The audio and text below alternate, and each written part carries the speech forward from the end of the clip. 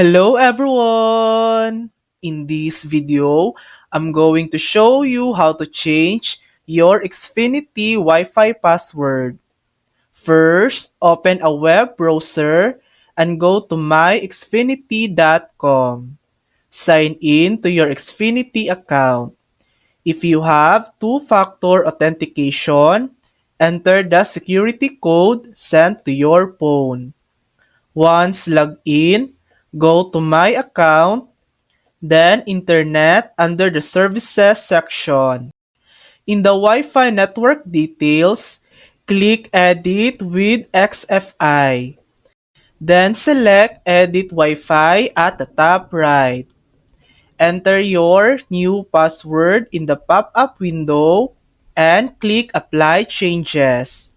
Your Wi-Fi password is now updated, and devices will need the new password to reconnect. And that's it. That's how to change your Xfinity Wi-Fi password. Thanks for watching.